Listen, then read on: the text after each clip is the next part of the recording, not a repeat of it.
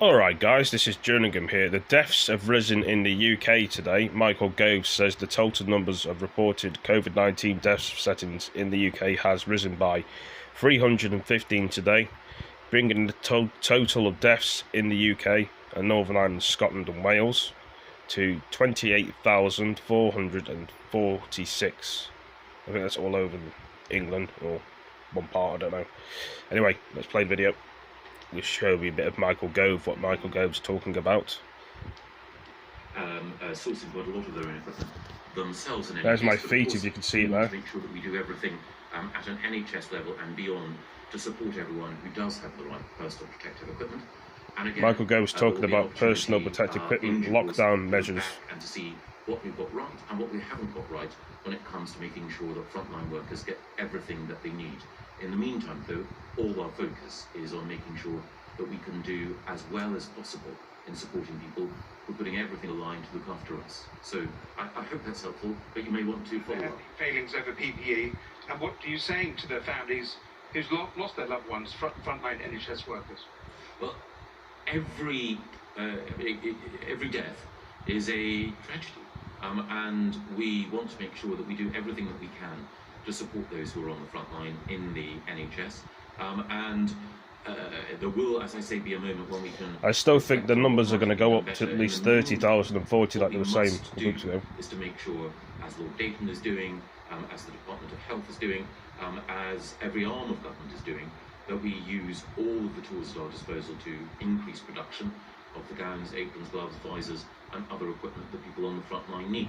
Of course, it is important to recognise, and I know you do, that the range of personal protective equipment that might be needed in one setting will be different from another. But Steve, you may want to say a little bit more. Well, on PPE, obviously as a doctor who worked on the front line for many, many years, I've said before and I'll say again, I know how critical it is that PPE is provided to my colleagues, my friends on the front line. I know that has been a challenge. I know government has been working Cabinet very, Office very measures. I know 2,000,000 key workers. Every country tries to. Their families have been tested for COVID-19. To purchase PPE.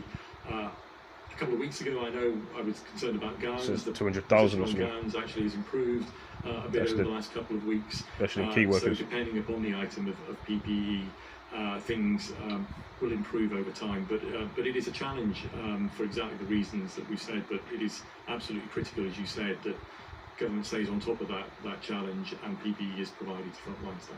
Yes, and as Steve was right, it is. I mean, it doesn't take away from the responsibility of any of us in government, but it is a global challenge. And Channel 4 News viewers and others will have seen some of the protests in other countries, in France and Germany, as doctors there have complained about the lack of PPE. As I say, that doesn't take away for a second from our responsibility to do even better, but it does mean I think that people recognise that this is a global challenge. Chris Hope of The Telegraph. Mr. Gove, may I ask you, Grant Chap today talked of one-way systems in stations and staggered starts to the working day. When will daily life return to what we knew before the pandemic struck? How many years might it take? If you start quickly, Professor Paris, Nightingale's hospitals are empty. Were they built in error or to be filled with a second wave? Just a couple of quick ones. What is the virus's R value today? What was the exact date last week? And what is the exact time when the UK passed through the peak? And that's four very important questions, Chris. On the first one, about when can we return to normal, I think people have used the phrase a new normal, and by that I think what they've sought to imply is that we can begin, we hope, as you quite rightly point out, as the R0 figure comes down, to ease some of the restrictions, but we have to do so in a cautious fashion.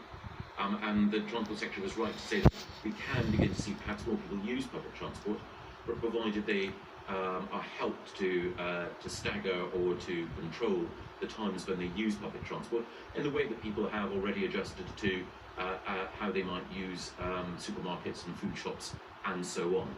Ultimately, unless and until we have a vaccine, then I suspect that we're going to have to live with some degree of constraint because of the nature of the virus, but we obviously want to wherever possible and consistent with our measures on public health, restore people's lives to as close to normal as possible.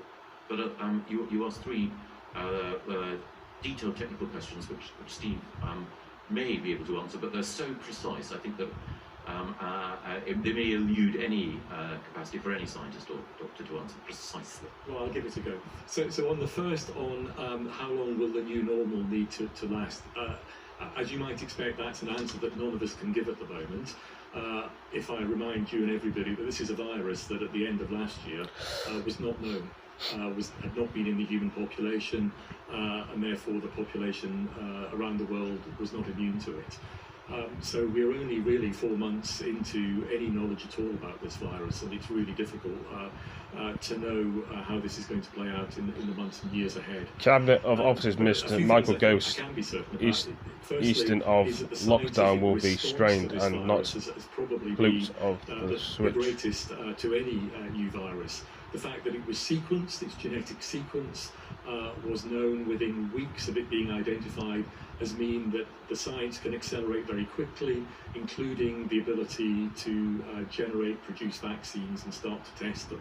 And also, of course, to start to use drugs and to understand which drugs it is likely will bind to either the virus or parts of the body's machinery that the virus itself affects.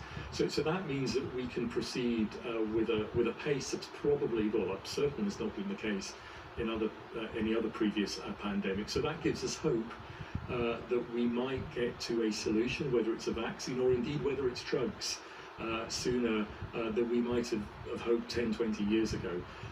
But it's impossible to say when that will be, but it's certainly true to say that we will need to adapt to a new normal until we get to that point.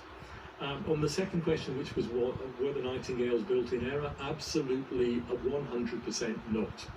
And if you remember, I was talking a little bit earlier in response to another question, that if you wind the clock back a month or two, we were looking at an increase in the number of cases, infections in the UK. We were watching images from around the world of health systems that were overwhelmed. And we had not put in place, or we were about to put in place, a series of social distancing measures, not absolutely knowing how the public would respond to that. And it would have been foolish to have not planned for extra capacity within the NHS. We did that in a number of ways, including the Nightingales. The fact that we have not needed to use all that capacity is actually good news, because it means that the public have complied with the social distancing measures. They've started to flatten that curve, and we've seen fewer admissions and ultimately fewer deaths you might have seen if this virus had just been left to spread unchecked. And the very early worst case scenarios that, as no country has let play out, would have meant many, many, many deaths and an awful lot of pressure on health services. So I think you would be 1,000 times more critical if the NHS had not put in that extra capacity and had become overwhelmed. You would be quite rightly asking us why we had not gone every mile that we could possibly go to put in that extra capacity. So the Nightingales were not built in error, and we may still need them. We are not through this yet, and although government policy and the scientific advice is to try and ensure that the virus does not start to spread widely again, we can never absolutely be certain, and therefore for the months ahead we need to maintain that extra capacity until we have more certainty. And then thirdly, on when was the peak, so I think that's a question that can't really be precisely answered, as you've heard, because firstly there's been a series of peaks. There's been peaks in deaths, peaks in hospital admissions, and peaks have occurred at different times during around the country, because different regions of the country have been in different 186,599 confirmed cases, increased of 4,339 cases. Most of the measures that we are looking at started to reduce from around the middle of April. So I think broadly we saw that plateauing of a variety of measures around the middle of April. Thanks very much. Thanks, you. And we'll turn out to Sienna Roll. Oh, sorry, Chris, you wanted to come back. Forgive me. I asked what the R value was today. Sorry. Yes. So again, sorry, you did. That was fourth. I think Spadry Valence has said that, and the Chief Medical Officer, that they believe the R value is around 0.7. We are measuring that directly at the moment through the work of the Office for National Statistics. I think that's being measured by randomly testing people in the community. Once that data has been presented to us, once that data is available, I think it will be better to give a more precise figure. But I think, as Patrick also explained, I think it's really impossible to come with an absolute single precise number, because throughout the country in different settings it will be slightly different. So I think you will always see a range, but with better data that range will narrow. Thank you very much, Steve. Thank you. Thanks, Chris. And we'll turn now to Sienna Rogers from Labour List. Hi. 1 month ago, the government announced a scheme to release low-risk prisoners, and it was expected that up to 4,000 would be released. But after mistakes were made, the scheme was paused. So, Mr. Gove, can you tell us how many risk-assessed prisoners in total and how many pregnant prisoners have now been released? And Professor Powis, rates of self-harm in English and Welsh prisons were up 14% last year. So with visits cancelled at the moment, are you concerned about the well-being of people in cells 23 hours a day? Well, thank you, Sienna. Thank you. With respect to the early release of prisoners, the Lord Chancellor and his team developed a package of which the early release of prisoners was just one part, in order to make sure that we could restrict the spread of the virus within the prison estate.